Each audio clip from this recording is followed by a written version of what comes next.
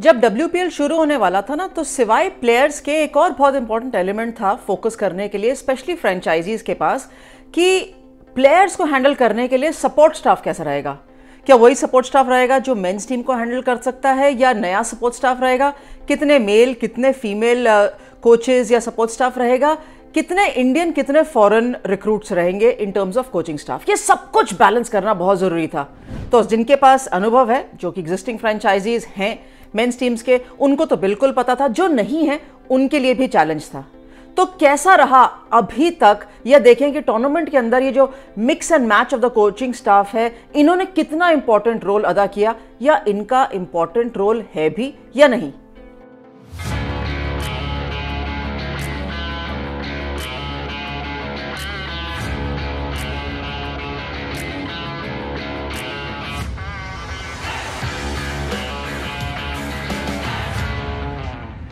स्वागत है आपका डिफरेंट स्ट्रोक्स के अंदर। और ये बात मान लीजिए कि सपोर्ट स्टाफ और टीम दोनों एक बहुत बड़ी एक फैमिली रहती है। ऐसा नहीं है कि खिलाड़ी बिना सपोर्ट स्टाफ के नहीं खेल सकता, खेल सकता है। खिलाड़ी बिना सपोर्ट स्टाफ के खेल सकता है, लेकिन सपोर्ट स्टाफ बिना खिलाड़ी के सपोर्ट स्टाफ नहीं खिलाएगा। तो ये एक नियम है, ये एक सिस्टम है। लेकिन ऐसा नहीं है कि एक के बिना दूसरा संभव हो सकता है या नहीं हो सकता, या एक सक्सेसफुल टीम बन सकती है। नहीं, हमने देखा सक्सेसफुल टीम बनाने के लिए एक पूरी टीम चाहिए होती है, और एक डायरेक्शन में टीम का सोचना और चलना बहुत जरूरी है। तो मैंने अपने कुछ ब्रॉडकास्टर दोस्तों से, कुछ खिलाड़ियों से जो अब कोचेस भी हैं, उनसे भी बात करी और उनसे जाना कि कितना जरूरी है। और मैंने इनसे सवाल पूछा था, और सवाल मैंने ये पूछा था कि कितना जरूरी है कि कोचिंग स्टाफ और मैनेजमेंट का एक सक्सेसफुल टीम को बिल्ड करने में योगदान है या नहीं। पहले लीजा सलेकर से बात करते हैं कि क्योंकि लीजा खेली भी है, इंटरनेशनल प्लेयर भी हैं, वर्ल्ड कप विनर हैं, कोचिंग भी कर चुकी हैं, मैनेजमेंट रोल में भी हैं, और अब मेंटोर हैं यूपी वॉरियर्स टीम की। तो पहले इनसे जानते हैं कि कितना जरूरी है। They play a huge part, but at the end of the day, it's the players that are walking out onto the field, and it's that cohesive group where they have a good understanding of each other, and it's going to have to be manufactured pretty quickly. They're the ones that will do well. Yes, they're going to be supported by management and coaching staff, and that's really crucial. But there has to be some connection within the playing group, and then you'll see a successful side.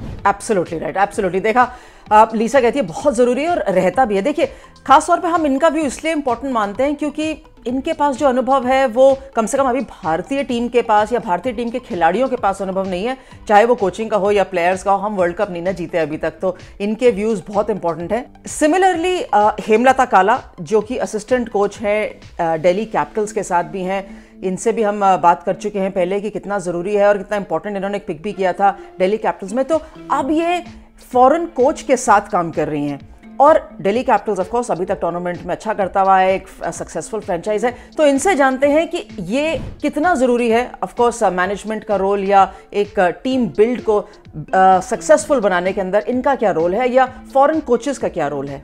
देखिए, coach अभी मेरे साथ John बेटी हैं, और लीसा है, और Biju sir हैं। तो जॉन बेटी बहुत अच्छा है, उसमें सारी टीम के साथ बहुत अच्छे से रहते हैं और अपनी चीज़ें शेयर करते हैं, उनकी बातें सुनते हैं, मतलब, और एक दूसरे से सारे प्लेयर्स जेल हो रहे हैं, और उनकी बात, मतलब, आपस में एक दूसरे के साथ हम लोग बातें करते हैं, सब कुछ करते हैं। तो सबसे मेन रोल है कि हम लोग एक दूसरे के साथ जेल हों, ताकि एक दूसरे के व्यूज़ लें, सब कि वो क्या चाहते हैं या किस तरह से रहते हैं या क्या है। तो ये सब चीज़ें काफ़ी कोचिंग जो स्टाफ है वो काफ़ी महत्वपूर्ण रोल अदा करेगा इन चीज़ों के लिए, कि क्या उनकी प्लानिंग रह सकती है, कि क्या रह सकता है। जैसे मैं अपने डोमेस्टिक प्लेयर्स के बारे में बता सकती हूँ, वो इंटरनेशनल प्लेयर के बारे में बता सकते हैं।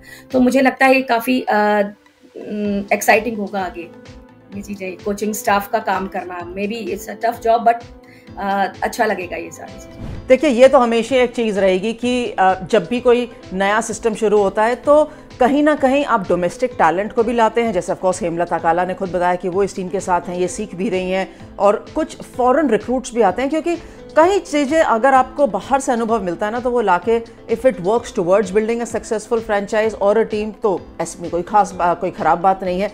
इनफैक्ट लीसा काइटली का नाम ले रही थी, लीसा काइटली भी उस टीम का हिस्सा रही हैं जिसमें लीजा सलेकर खेलती थी, ऑस्ट्रेलिया टीम से हैं, और वर्ल्ड कप जीती है और अपने समय की बहुत बढ़िया बल्लेबाज भी रह चुकी हैं। सो अब देखिए, एक इंग्लैंड से आ रहा है, एक ऑस्ट्रेलिया से आ रहा है, एक इंडिया से आ रहा है, तो प्लेयरों के लिए अच्छा भी है और बहुत सारी चीज़ें भी हैं सीखने के लिए। पर इस टूर्नामेंट में हमने देखा है कि ज़रूरी नहीं है कि हर फ्रेंचाइज इतना सक्सेसफुल हो पाए। हालांकि एक टूर्नामेंट में आपका किसी का भी सक्सेस या फेलियर नहीं जज कर सकते, लेकिन क्योंकि हम हर जीत के साथ पॉइंट्स देते हैं ना, तो कहीं ना कहीं जब पॉइंट्स की बात आती है तो कहते हैं देखिए ये टीम अच्छा कर रही है, टीम कम अच्छा कर रही है। लेकिन ऐसा नहीं है कि टीम कम अच्छा कर रही है, ये है कि टीम वो अभी तक बेस्ट क्लिक नहीं करी है। लेकिन आप देखिए, जो रॉयल चैलेंजर्स बैंगलोर की टीम है वो जीतना शुरू कर दिया, उन्होंने गुजरात जायंट्स की टीम ने शुरू कर दिया जीतना। अब ऐसा तो नहीं है कि गुजरात जायंट्स ने अच्छा नहीं खेला होगा। तो नुशीन अलकदीर से हमने बात करी थी और नुशीन से पूछा था कि क्या ओपिनियन है उनका भी इस चीज़ के अंदर, क्या ओपिनियन है और कैसे देखती हैं role of coaching staff and management towards building a successful team? See, it's going to be quite exciting, obviously, because we have a combination. If you see in overall teams, we have a combination of an Indian staff and the overseas staff. So obviously, different methods of coaching, different terminology of coaching, different ways of structuring the entire the process of the training period. So one thing I can say is that there's so much of learning, just if you consider the coaching staff, also what the coaching staff can give to players, because all these things require, and this was what we were waiting for. Because WPL gives you that kind of the platform where players deal with different environments, different coaching styles, a lot of learning curves out of things. So obviously it's quite exciting. जी हाँ, बहुत अहम है। आपको अपना orientation पता होना चाहिए कि किस तरीके से आप टीम बिल्ड करना चाहते हैं, किधर की तरफ जाना चाहते हैं, किधर की तरफ जा रहे हैं। क्योंकि जब भी बहुत सारे कोचेस बाहर से इकट्ठे आते हैं ना, आप इंडियन कोचेस को भी इकट्ठे ले आइए, फिर भी सबकी सोच एक लाइन में होना ये तो कोई पॉसिबल है नहीं। आपको सबको एक लाइन पे लाना पड़ेगा।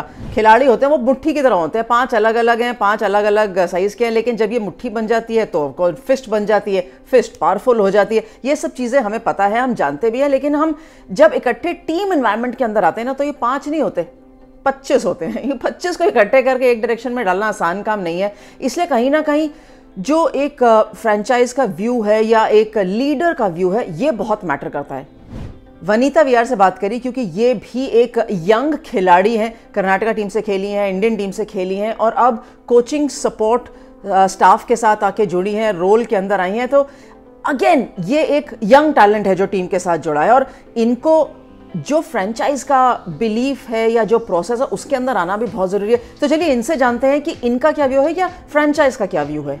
We as RCB believe that we believe in process. We do the outcome is quite a natural one if you believe in process.